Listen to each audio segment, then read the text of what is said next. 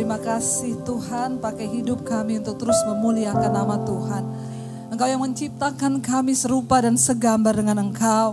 Tuhan, karena itu kami rindu, terus tuntun hidup kami.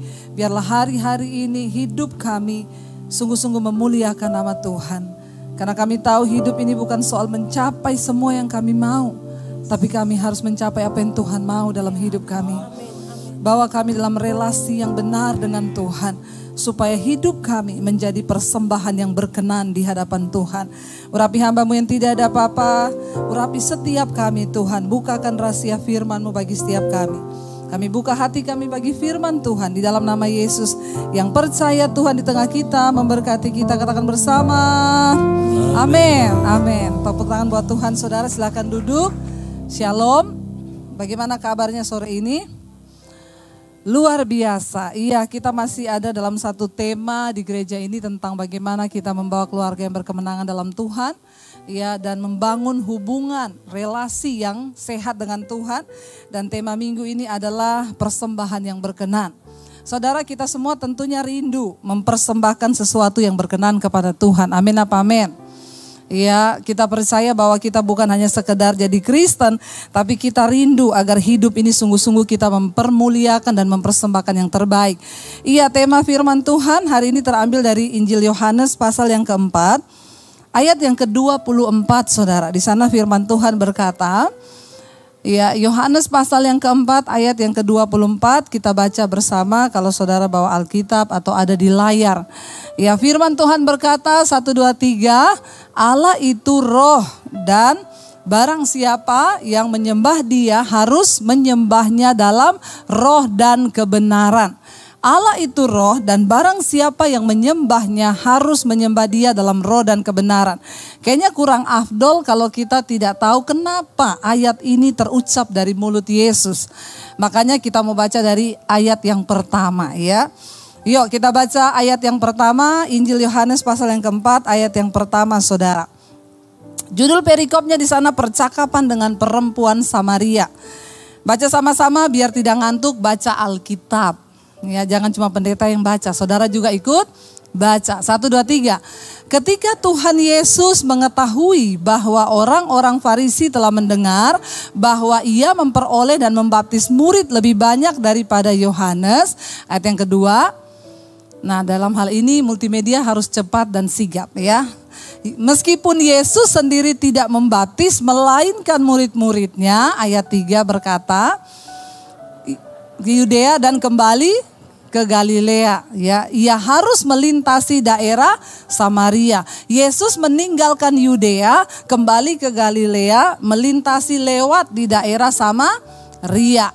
Lalu dikatakan di sana, maka sampailah ia ke sebuah kota di Samaria yang bernama Sikhar, dekat tanah yang diberikan Yakub dahulu kepada anaknya Yusuf. Ya, ayat yang ke-6. Di situ terdapat sumur Yakub. Yesus sangat letih oleh perjalanan, karena itu ia duduk di pinggir sumur itu. Hari itu kira-kira pukul, kayaknya kita kalau baca ini nggak penting banget ditulis jamnya ya. Hari itu kira-kira hari itu pukul 12. Tapi percaya nggak saudara, Alkitab setiap titik itu ada maknanya. Saya yakin ada maksud Alkitab ayat ini ditulis kira-kira pukul 12 siang saudara ya. Yesus berjalan, terasa panas lalu Dia duduk di pinggir sumur. Firman Tuhan ayat yang berikutnya berkata begini saudara. Maka datanglah seorang perempuan Samaria hendak menimba air. Kata Yesus kepadanya, berilah aku minum. Lagi siang tengah hari ada seorang perempuan datang nimba air. Saudara, pada zaman itu semua orang penduduk di situ ambil air di sumur karena memang susah air di sana. Dan orang ke sumur biasanya pagi atau sore. Karena orang butuh air itu pagi, dia mau cuci piring, cuci pakaian, mandi, pagi-pagi ke sumur, antri. Tapi kalau jam 12 siang sepi atau rame? Sepi. Yang pertama panas, kedua itu jam istirahat. Orang lagi gak mau cuci-cuci, tidurlah habis makan. Ya, tiba-tiba ketika jam 12 siang, Yesus duduk di situ, ada seorang perempuan Samaria datang. Saudara, kira-kira Yesus duduk di situ jam 12 siang, Yesus itu kan maha tahu ya. Dia tahu wanita itu bakalan datang ke sumur itu. Kenapa wanita ini datang di saat tidak ada orang? Dan dia sengaja memilih jam yang sepi untuk datang ke sumur itu. Ayat yang berikutnya Alkitab pasti lengkap memberitahu. Yuk kita baca. Sebab murid-muridnya telah pergi ke kota membeli makanan. Ayat yang ke-9 di sana dikatakan, iya.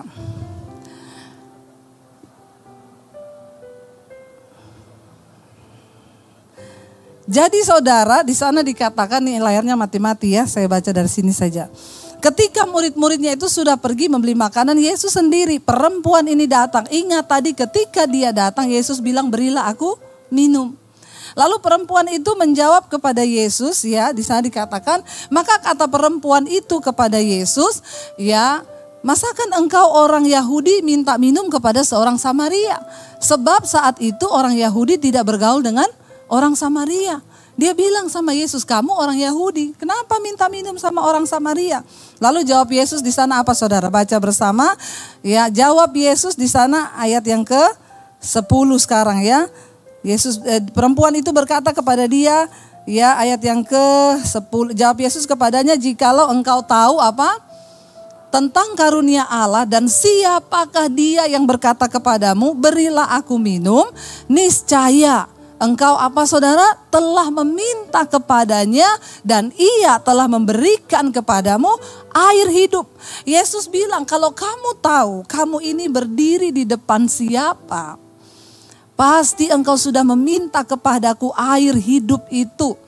Lalu perempuan ini gak ngerti apa yang Yesus maksud.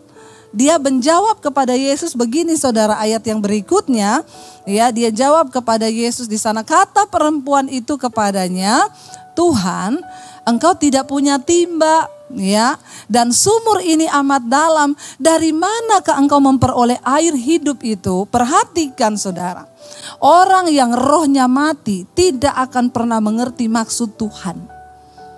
Sekalipun engkau baca Alkitab, makanya saya banyak temui orang konseling, Bu saya baca Alkitab bolak-balik gak ngerti-ngerti maksudnya apa. Kenapa? Karena rohmu mati. Dia gak ngerti apa yang Yesus maksud. Dia malah ngomong kepada Yesus, emang kamu punya timba? Ini sumur dalam sekali. Bagaimana kamu bisa timba air dan memberikan saya air hidup? Dari mana kamu dapat air? Orang yang rohnya mati tidak akan mengerti perkara-perkara rohani. Dia tidak akan pernah tahu. Buta saudara sama sekali. Sekalipun mungkin dia ke gereja, apalagi yang tidak ke gereja. Firman ini berkata saudara, kata perempuan itu kepadanya, kamu gak punya timba. Ayat yang berikutnya, ayat yang ke-12 di sana. Adakah engkau lebih besar daripada bapa kami Yakub? Dia gak ngerti Yesus ini siapa. Dia bilang, kamu lebih besarkah dari Yakub? Yakub adalah yang memberikan sumur itu kepada mereka. Ya, Yakub yang memberikan sumur ini kepada kami, dia bilang. Dan Yakub, anak-anaknya, ternaknya semua sudah hidup dan minum air sumur ini. Lah engkau siapa? Apakah engkau lebih besar daripada Yakub? Dia tidak tahu siapa Yesus itu. Lalu ayat yang berikutnya saudara, di sana jawab Yesus kepadanya apa? Barang siapa minum air ini, ia akan haus lagi. Yesus menunjuk kepada sumur itu. Tetapi ayat yang berikutnya Yesus berkata kepada dia, ayat yang berikutnya 1, 2, 3 saudara. Yesus bilang apa? Iya. Yesus bilang, ya. Ya, terus gak apa-apa baca.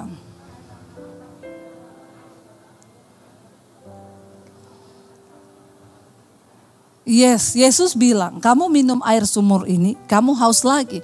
Tapi barang siapa yang minum air yang aku berikan, yaitu air hidup, dia tidak akan pernah haus lagi. Bahkan dari dalam dirinya akan mengalir aliran-aliran air sampai kepada kekekalan.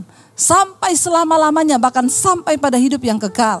Wanita ini rohnya mati, gak ngerti. Dia tidak mengerti lagi apa yang Yesus bilang. Jadi dia bilang sama Yesus begini saudara. Coba kita baca sama-sama. Ya, lalu perempuan itu, kata perempuan itu, ya dia bilang apa saudara di sana? Ya, ini layar saya mati soalnya ya. Jadi saya harus Dia bilang apa ayat 15, saudara 1, 2, 3. Kata perempuan itu kepadanya, Tuhan berikanlah aku air itu supaya aku tidak haus dan tidak usah datang lagi ke sini untuk menimba air. Perempuan ini tidak mengerti makna rohani yang Yesus sampaikan. Dia pikir kalau dia minum air itu dia akan menjadi mata air. Siapa tahu dia bilang bisa buka usaha air isi ulang. Karena dia menangkap secara logika. Wah benar ini Tuhan. Kalau engkau kasih air itu sama saya nggak akan haus-haus. Malah saya jadi sumber mata air. Berarti berilah kepada saya air itu. Tetapi saudara yang luar biasa, perempuan ini mau menerima tawaran Yesus. Akhirnya Yesus bilang kepada dia apa saudara? Kita lanjut ayat yang berikutnya. Yesus berkata kepada perempuan itu, ayat yang ke-16, 1, 2, 3. Kata Yesus kepadanya, pergilah, panggillah suamimu. Ya, kayaknya agak di luar konteks jawaban Yesus kepada perempuan ini. Yesus bilang, baik, pergi panggil suamimu. Lalu perempuan itu jawab apa saudara? Baca 1, 2, 3, dia jawab, aku tidak mempunyai suami. Kata Yesus kepadanya, tepat katamu bahwa engkau tidak mempunyai suami. Sebab engkau sudah mempunyai berapa? Dan yang sekarang ada padamu itu bukanlah dalam hal ini engkau berkata. Saudara, ya ini ada hubungannya dengan penyembahan yang benar. Yesus adalah Tuhan yang sangat mengerti. Sekarang kita tahu kenapa perempuan ini datang jam 12 siang di saat sumur lagi sepi. Ternyata karena dia sudah menikah 5 kali. Dan saat itu dia sedang tinggal dengan seorang pria yang bukan suaminya alias kumpul kebo. Saudara bisa bayangkan seorang yang sudah bercerai 5 kali datang ke sumur dan dalam keadaan sedang kumpul kebo. Maka orang di sumur akan bergosip. Itulah kebanyakan hobinya orang Kristen. Tapi di sini tidak. Bilang amin. Oh haleluya. Ya insya Allah. Dia tidak datang ke sumur di saat banyak orang. Karena pasti orang akan bicara. Tuh udah kawin 5 kali. Sekarang kumpul kebo lagi sama suami orang. Tapi Yesus Tuhan yang tahu. Yesus bukan tidak tahu keadaan perempuan ini. Dia seorang wanita yang bukan hanya haus dengan air yang ada dalam sumur itu. Tapi dia seorang wanita yang haus dalam seluruh kehidupannya. Dia menikah dengan suami yang pertama dengan harapan bahwa suami laki-laki itu dapat memuaskan dia. Di dalam segala hal. Mungkin dalam keuangan, di dalam perhatian, kasih sayang. Ketika dia menikah dengan suami yang pertama, suaminya mungkin melukai dia. Dia tidak dapatkan apa yang dia inginkan dari pernikahan yang pertama. Dan dia berpikir, ternyata apa yang aku rindukan selama ini tidak aku temui dalam pernikahanku. Lalu dia memutuskan untuk bercerai dengan suami yang pertama. Dia gagal 1 kali. Dia coba membangun yang kedua kali. Dia menikah lagi dengan seorang laki-laki. Kali ini dia sudah agak lebih pintar karena sudah punya pengalaman yang pertama saudara. Dia cari seorang pria. Dan saya yakin pasti kriterianya berbeda sama yang dulu. Karena dia sudah paham benar. Dia menikah dengan pria yang kedua dengan harapan yang sama. Dia akan membangun sebuah rumah tangga yang berbahagia dan dia akan mendapatkan kepuasan dari laki-laki itu. Ternyata ketika dia menjalani pernikahan, dia tidak menemukan kepuasan yang dia cari dalam hidupnya. Dan akhirnya dia memutuskan untuk bercerai dengan suami yang kedua. Dia mencoba yang ketiga kali untuk membangun rumah tangga. Dia menikah lagi dengan suami yang ketiga dengan harapan yang sama dan pasti kali ini dia lebih berpengalaman. Sudah 2 kali gagal, ini yang ketiga. Dia menikah saudara dengan sebuah pengharapan bahwa semua kepuasan yang dia cari selama ini akan dia temukan kepada pria yang ketiga. Tapi ternyata keadaan berkata lain. Ternyata hidup itu tidak seindah hayalan-hayalan kita. Apalagi kalau kita membangun ya angan-angan di dalam konteks kebahagiaan yang salah. Makanya jangan kebanyakan nonton drama. Karena hidup ini tidak seindah drama. Tapi tidak sesedih juga film India. Ya. Kalau nonton drama Korea, suaminya ganteng-ganteng, bawain kita bunga. Ibu-ibu mulai berekspektasi, kalau saya nikah suami saya datang bawa bunga, boro-boro bunga bang. Ya, bunga bener aja gak dibawain. Lalu kita mulai kecewa. Suami saya itu pelit. Ternyata dulu waktu nikah sama saya ganteng sih Bu, sekarang udah gendut, botak lagi. Awas loh ibu-ibu, ya. Semakin engkau melihat yang lain dan engkau membanding-bandingkan, semakin jauh ya kepuasan itu engkau temukan. Ketika dia berharap membangun pernikahan, dapat suami yang akan membelai-belai dia, akan sayang-sayang sama dia. Ternyata ketika menikah, saya gak pernah dibelai, suami saya tuh gak romantis. Tidak usah angkat tangan ibu-ibu. Saya tahu di sini banyak ibu-ibu yang ngomong, suami saya itu gak romantis Bu, padahal saya pengen dirangkul loh. Tidak semua laki-laki itu sama. Saya tuh suami saya orang Solo, kalau di mall saya bilang, saya rangkul dong. Aku tuh gak biasa loh, orang Solo itu pekewo. Ya udahlah, yang penting ya kita saling tahu, gak usah memaksakan suami. Jangan bilang ini itu loh suaminya si Anu tuh rangkul-rangkul. Rangkul-rangkul ternyata itu selingkuh. Ya, jalani rumah tanggamu dengan apa yang ada. Jangan terlalu banyak menuntut sehingga engkau tidak menemukan kepuasan di dalam rumah tangga. Akhirnya perempuan ini menikah untuk yang kelima kali. Sudah 4 pengalaman. Dengan harapan yang kelima ini pasti lebih baik. Ternyata yang kelima pun akhirnya gagal di tengah jalan. Yesus berkata, engkau sudah punya 5 suami. Dan yang terakhir ini yang ada padamu bukan suamimu. Artinya apa? Mungkin mereka tinggal bersama, tapi perempuan ini memutuskan gak usah nikah dulu daripada nanti cerai lagi. Lo bener gak? Jam 12 siang wanita ini datang ke sumur di saat tidak ada orang. Dia malu dengan penghakiman manusia. Karena dia punya masa lalu yang begitu buruk. Kelam, dan bagi sebagian masyarakat di situ dia sampah. Tapi Yesus mengerti. Yesus tahu sampai kedalaman hatinya. Yesus sengaja datang di sumur itu di jam 12 di mana saat wanita itu akan datang. Seorang yang datang dengan kehausan, tidak memiliki hubungan yang baik. Kenapa saudara? Karena hubungannya dengan Tuhan rusak. Sehingga hubungan dengan semua orang pun rusak. Dengar baik-baik, kalau hubunganmu dengan Tuhan tidak sehat, maka hubunganmu dengan suami, dengan istri, dengan anak juga akan rusak. Dan itu akan menyebabkan engkau jatuh ke dalam banyak dosa dan kegagalan. Dan engkau akan semakin jauh dan semakin rusak hubunganmu dengan sesama manusia. Tetapi ketika engkau berjumpa dengan Tuhan, Dia hidupkan rohmu saudara. Dan apa yang terjadi? Yesus berkata kepada perempuan itu. Yesus langsung tembak kepada perempuan ini. Yesus bilang, yes, benar kamu gak punya suami. Dalam hal ini engkau berkata benar karena sudah 5 suami. Dan yang sekarang padamu bukan suamimu. Kata perempuan itu kepadanya, Tuhan, nyata sekarang padaku bahwa engkau seorang nabi. Tadi dia berkata kepada Yesus apa? Kamu itu kan orang Yahudi. Kenapa minta air sama orang Samaria? Dia tadinya menyebut Yesus seorang Yahudi. Ya, bahkan dia bilang kamu gak punya timba. Dia tidak mengerti. Tapi ketika Yesus tahu semua hidupnya, dia kaget.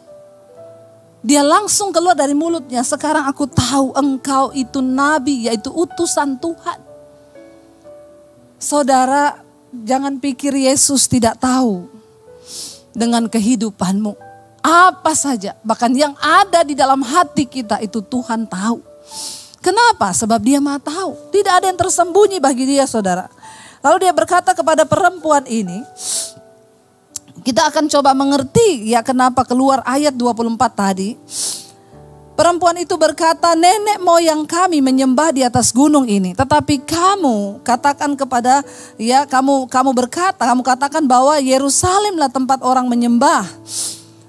Kita tahu saudara yang mengikuti mesbah doa, kita membahas perjanjian lama dari kitab Kejadian. Bagaimana bangsa Israel kalau mereka akan menyembah Allah, mereka naik ke atas gunung. Karena Tuhan hadir di gunung, di tempat yang tinggi. Tapi ketika akhirnya Allah menyuruh mereka membuat bait suci supaya Allah bisa hadir, mereka bangun di Yerusalem. Sehingga orang dari berbagai penjuru akan datang ke Yerusalem untuk menyembah Allah di sana. Tapi Yesus berkata kepada perempuan ini, ya dia bilang nenek moyang kami menyembah di gunung dan engkau berkata di Yerusalemlah tempat orang menyembah. Tetapi Yesus berkata kepada orang ini, kepada wanita ini, kata Yesus kepadanya, percayalah kepadaku hai perempuan, saatnya akan tiba bahwa kamu akan menyembah Bapa bukan di gunung ini, bukan juga di Yerusalem. Kamu menyembah apa yang tidak kamu kenal, kami menyembah apa yang kami kenal. Sebab keselamatan datang dari bangsa Yahudi. Yesus berkata kepada perempuan itu, akan tiba saatnya dan sudah tiba sekarang waktunya. Engkau akan menyembah bukan lagi di gunung-gunung, engkau tidak lagi harus datang ke Yerusalem di bait Allah. Tetapi engkau akan menyembah Allah di dalam roh dan kebenaran. Yesus berkata, engkau menyembah yang tidak engkau kenal, kami menyembah apa yang kami kenal. Dengan kata lain, penyembahan harus berdasarkan pengenalan pribadi akan Tuhan. Engkau tidak akan pernah bisa menyembah Tuhan dengan benar kalau engkau tidak mengenal siapa Tuhanmu. Dan untuk bisa mengenal siapa Tuhan kita, seringkali kita harus diizinkan masuk di dalam penderitaan. Kenapa? Karena penderitaan akan membuat kita semakin mengenal Tuhan. Semakin mengenal Tuhan. Ya, hari ini saudara ada hadir bersama kita seorang ibu, nanti malam dia akan bersaksi di mesbah doa spesial saya. Saksikan jam 8 malam. Ya, nanti minggu depan saya suruh dia bersaksi di sini pas jam saya khotbah. Ya, ibu ini mengalami ketakutan yang luar biasa ketika awal pandemi. Takut mati, takut mati, takut mati. Tiap hari bayangan kematian datang. Akhirnya sampai harus ke dokter, minum obat penenang, minum obat tidur. Ya, benar-benar sampai terganggu. Ya, dan sudah pingsan-pingsan saudara. Sampai dokter juga bilang, Bu, ibu ini udah bukan main-main, sudah sampai kena ke jiwa. Ibu harus cari psikiater. Akhirnya cari psikiater. Ya, karena dia ketakutan luar biasa sehingga akhirnya dokter memvonis kena autoimun. Orang kalau sakit, stres itu saudara imunmu kacau, hormonmu kacau. Ya, sehingga makanya saudara lihat orang-orang yang kena autoimun itu orang-orang khawatir. Bertobat, amin. Ya, jangan khawatir, jangan takut. Kalau engkau ketakutan, stres, imunmu tuh kacau. Tuhan sudah menciptakan di dalam tubuh kita ini semuanya baik. Tapi kalau engkau ketakutan, engkau ini maka ya kacau semua saudara. Ya, karena itu jangan khawatir, jangan takut. Kadang orang tuh makin kaya makin khawatir loh. Di luar sana, di sini tidak ada. Amin. Ya, kadang saya jarang dengar orang miskin kena autoimun. Lo benar gak saudara? Di dalam pelayanan itu orang yang datang minta didoakan ke saya yang kena autoimun tuh banyaknya orang-orang kaya. Ya, jadi memang autoimun tuh penyakit orang stres. Ketakutan, khawatir, gelisah. Ya, sudahlah hidup ini kita jalani apa adanya, berserah sama Tuhan, dekatkan diri sama Tuhan. Ya, supaya kita ini makin hari makin pasrah. Kalau Tuhan masih kasih saya hidup itu artinya bagi saya berbuat baik untuk pekerjaan Tuhan. Kalau saya mati ya sudah berarti waktunya Tuhan. Tapi kalau belum waktunya mati tidak akan mati, amin. Lalu dia tuh ibu ini konseling saudara ke teman-temannya. Ya mungkin temannya juga udah bosan kali ya. Temannya sampai cerita saya, iya Bu bosan tiap hari telepon. Ya lihat matanya di cermin, mata saya putih. Ya memang putih mata ya saudara. Dilihat di kaca putih, nanti telepon temennya, di syuting. Matamu itu malah bahaya kalau hitam semua. Tapi ketakutan. Muncul bintik merah di tangan. Kenapa sakit apa? Nanti lama-lama dari ketakutan benar-benar jadi autoimun saudara. Lalu akhirnya terus berbagai penyakit datang sampai dokter vonis dia kena cancer stadium akhir. Dan dokter vonis dia umurnya tinggal 3 bulan. Saudara, dari situ dia mulai mencari Tuhan. Mencari Tuhan, mencari Tuhan. Hati-hati saudara. Emosi, kejiwaan kita tidak akan pernah bisa terisi dan terpuaskan dengan hal-hal lain. Dia cerita sama saya, dulu Bu kerjaan saya arisan. Kalau arisan pakai muak, make up artis. Rambutnya disanggul sampai ke sini. Jahit baju dress code khusus. Pakai yang kayak Barbie saudara. Ya. Lalu tiap hari kerjaannya arisan. Ya pokoknya begitulah kalau ada ibu-ibu di sini yang tiap hari arisan bertobat. Biasa aja keles. Ya kadang saudara, bener saya mau ngomong di sini ya. Bikin acara Natal perayaan. Udah bukan esensinya bukan Natal, esensinya baju. Jadi semakin heboh bajunya, nanti terus kalau kayak gitu saudara lihat temannya pakai berlian gede, besok dia beli lebih gede lagi. Kalau bisa digantung di leher.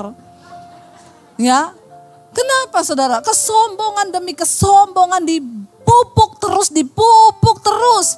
Untuk apa kita cari penghargaan manusia? Amin. Tidak akan pernah ada puasnya saudara. Engkau mengikuti dunia ini gak akan ada puas-puasnya. Udah gak usah sombong. Nyawa kita tuh di tangan Tuhan. Tuhan tutup saja satu lubang hidung, setengah mati kau bernapas. Amin. Coba rendah-rendahkanlah diri sama Tuhan. Saya juga lihat foto-fotonya di IG. Saudara kalau sudah pakai baju arisan, pakai fotografer. Ditiup pakai kipas angin terbang-terbang semua kain. Udah kalah foto model. Ya, saya pernah diundang di Natalan juga. Baju-bajunya sampai saya malu, saya salah kostum. Tapi kalau saya disuruh pakai kostum gitu saya gak mau datang. Saudara boleh, tapi jangan sampai kedagingan kita. Jangan sampai keakuan kita. Aduh kita ini mau sombong-sombongan, apa yang mau kita sombongkan di hadapan Tuhan. Akhirnya kena sakit begitu. Coba dokter vonis umur tinggal 3 bulan. Semua nangis, anak-anak nangis, keluarga nangis, dia pun nangis. Ya mau dia apa? 4 dokter, 1 profesor, semuanya sama vonisnya. Cancer stadium akhir, 3 bulan lagi umurnya. Ketika yang terakhir pemeriksaan, semua ada dokter bilang 80% Bu, cancer. Kepalanya harus dibelah, ambil cairan lagi. Pemeriksaan terakhir, semua anak-anaknya puasa saudara. Dan ketika pemeriksaan terakhir ternyata dokter ya kasih tahu itu hanya kumpulan nanah di dalam kepala. Tapi saya yakin itu Tuhan yang bikin mujizat. Kenapa? Karena Tuhan masih mau pakai hidupnya. Dari situ mencari Tuhan. Dulu gak kenal Tuhan, Kristen tapi gak kenal Tuhan. Hidupnya mencari kepuasan dan kepuasan. Tapi ketika kena masalah apalagi sakit penyakit, baru mencari Tuhan. Sekarang baru menyadari, Bu dulu saya itu hidup begini. Aduh ya dulu tuh begini dulu. Memang manusia itu seringkali harus diproses. Harus diproses supaya apa? Engkau mengalami perjumpaan dengan Tuhan. Saya yakin wanita yang datang ke sumur itu jam 12 siang. Dia juga sudah putus asa hidupnya. Tidak dia dapatkan kepuasan. Bahkan mungkin dia jalan itu iblis ngomong bunuh diri aja, hidupmu sudah hancur. Ini yang ke-6, suamimu juga cuma bikin stres hidupmu. Belum lagi engkau dihakimi orang. Dihakimi masa lalunya, dihakimi dosa-dosanya. Tapi Tuhan tahu. Dan Yesus itu adalah Tuhan yang sangat luar biasa. Dia melihat hatimu, dia tahu hidupmu saudara. Yesus datang, dia tawarkan air kehidupan. Sejak saat itu perempuan ini dengan percakapan yang singkat dari Tuhan. Dia mengerti, dia tahu saudara tentang Yesus ini. Dia mulai mengenal Tuhan. Dia bilang beri aku air itu Tuhan. Lalu Tuhan bilang, kamu menyembah apa yang tidak kamu kenal, tapi kami menyembah apa yang kami kenal. Ayat 24 di sana dikatakan, saudara, ya Allah itu roh, dan barang siapa menyembah dia, harus menyembahnya dalam roh dan kebenaran. Ayat yang berikutnya 25, perempuan ini berkata, jawab perempuan itu kepadanya, aku tahu. Apa saudara? Bahwa Mesias akan datang yang disebut juga Kristus. Apabila ia datang, ia akan memberikan segala sesuatu kepada kami. Ya, dia mulai tahu, dia mulai mengenal. Dia mulai dengar firman, dia mulai nangkap. Ayat yang ke-26 di sana dikatakan, kata Yesus kepadanya, akulah dia yang sedang berkata-kata dengan engkau. Akulah dia. Kita memerlukan perjumpaan pribadi dengan Yesus supaya hidupmu berubah. Engkau tidak akan pernah bisa menjadi penyembah yang benar, yang menyembah dia dalam roh dan kebenaran, kalau engkau belum berjumpa secara pribadi dengan Tuhan dan rohmu dihidupkan. Cuma orang yang sudah mengalami Tuhan, yang akan bisa dengan air mata berkata, Tuhan engkau setia Tuhan. Engkau tidak akan pernah bisa mencucurkan air mata kalau engkau tidak pernah merasakan kasih Tuhan atas hidupmu. Engkau harus merasakan. Cuma orang-orang yang tahu dan pernah merasakan Tuhan, engkau akan mudah menangis waktu engkau ngomong Tuhan. Kenapa? Karena benar-benar engkau mengalami. Ayat yang berikutnya saudara, ketika Yesus memperkenalkan diri dengan perempuan ini, pada waktu itu juga dikatakan di sana apa? Datanglah. Ya, murid-murid Yesus datang dan mereka heran bahwa ia sedang bercakap-cakap dengan seorang perempuan. Tetapi tidak seorang pun yang berkata, apa yang engkau kehendaki atau apa yang engkau percakapkan dengan dia. Maka perempuan itu meninggalkan tempayannya di situ. Lalu dia pergi ke kota dan berkata kepada orang-orang di situ, mari lihat di sana. Ada seorang yang mengatakan kepadaku segala sesuatu yang telah kuperbuat. Mungkinkah dia Kristus? Dia sudah tidak malu lagi ketemu orang. Dia berlari ke kota, dia temui semua orang. Dan dia berkata, aku berjumpa dengan Tuhan yang mengetahui semua yang terjadi atas hidupku. Dia tahu semua yang aku perbuat. Dia tahu suamiku 6, dia tahu semua kegagalanku, dia tahu semua masa laluku. Dia pergi berkata kepada semua orang. Dia bilang, mari lihat di sana. Ya, ada seorang yang mengatakan kepadaku segala sesuatu yang telah kuperbuat. Mungkinkah dia Kristus itu? Ayat 30, maka mereka pun pergi keluar kota lalu datang kepada Yesus. Sementara itu murid-muridnya mengajak dia. Katanya, Rabi, makanlah, akan tetapi ia berkata kepada mereka, padaku ada makanan yang tidak kamu kenal. Maka murid-murid itu berkata seorang kepada yang lain, adakah orang yang telah membawa sesuatu kepadanya untuk dia makan? Kata Yesus, makananku ialah melakukan kehendak dia yang mengutus aku dan menyelesaikan pekerjaannya. Bukankah kamu mengatakan ya 4 bulan tibalah musim dan lain sebagainya. Saudara lihat, orang-orang yang rohnya dibaharui, mereka akan pergi untuk bersaksi. Perempuan ini, dia tidak malu lagi. Dia ketemu semua orang dan dia menceritakan dia berjumpa dengan seorang pribadi yang begitu luar biasa. Sudahkah engkau mengalami Kristus dalam hidupmu? Orang yang sudah mengalami Tuhan, ciri yang pertama, hidupnya berubah. Dia berubah. Semuanya diubahkan. Hanya ketika roh kita dihidupkan, maka kita bisa menjadi penyembah yang berkenan di hadapan Tuhan. Kenapa saudara? Karena waktu manusia jatuh ke dalam dosa, Tuhan berkata kepada Adam, ketika engkau makan buah itu maka engkau akan mati. Ketika Adam dan Hawa makan buah itu, mereka tidak mati secara fisik, tapi mereka mati rohaninya.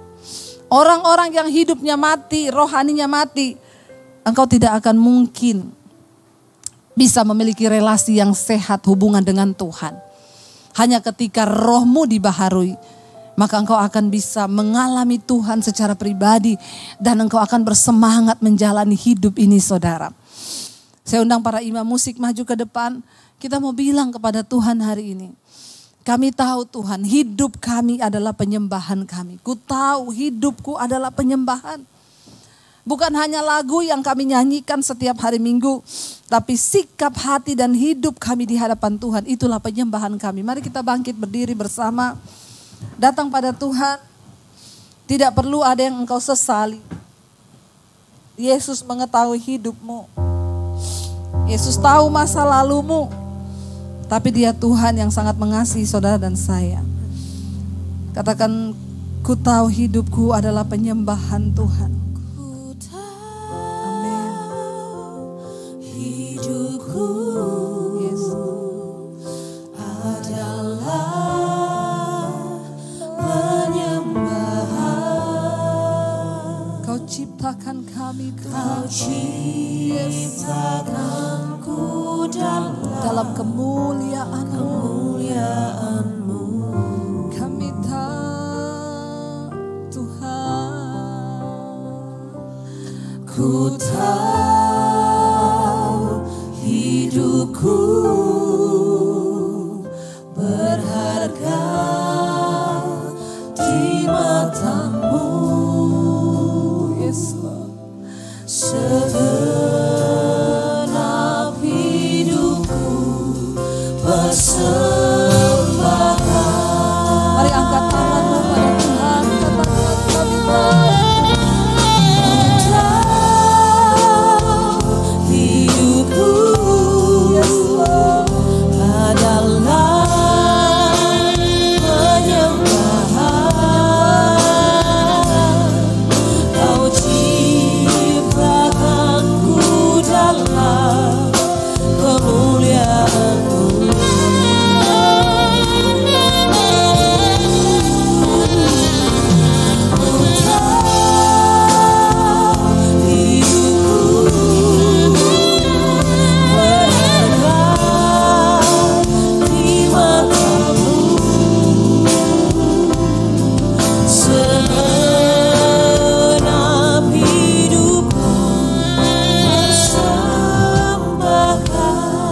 Biar musik saja, mari kita tutup mata di hadapan hadirat Tuhan.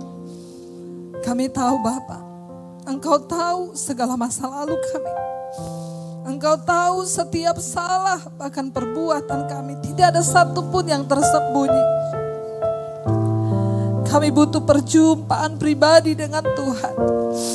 Kami butuh berjumpa dengan Tuhan, Sang Juru Selamat itu. Hidupkan roh kami Bapa, supaya kami bisa menyembah Engkau di dalam roh dan kebenaran. Kami tidak ingin menyia-nyiakan waktu-waktu hidup kami di dunia ini. Ajar kami mengejar apa yang berkenan kepada Tuhan. Bahwa kami mengalami Engkau di dalam hidup kami Bapa. Engkau tahu penyesalan kami, Engkau tahu hidup kami. Seperti wanita yang menghindari orang banyak, dia terpuruk dengan dosa. Bahkan dia salah memilih dan mengambil keputusan di dalam hidupnya. Tapi Yesus begitu mengasihi. Engkau mengasihi kami, kasih Engkau pilih kami. Bahwa kami semakin dekat lagi kepada Tuhan hari-hari ini Bapa. Bahwa kami semakin mengejar Engkau. Menjadi penyembah yang benar, yang menyembah Engkau dalam roh dan kebenaran. Hamba berdoa Tuhan bagi setiap anak-anak-Mu hari ini. Lihat hati dan hidup kami.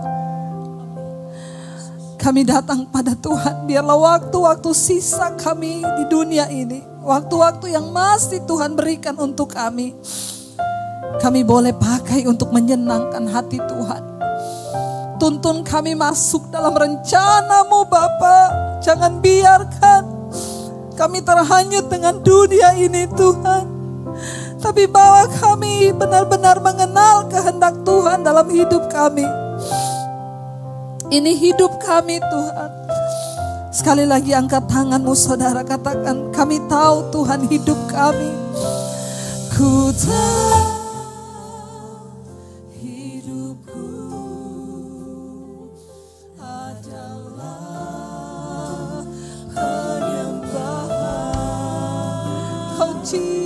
ciptakan kami Tuhan. Ciptakanku dalam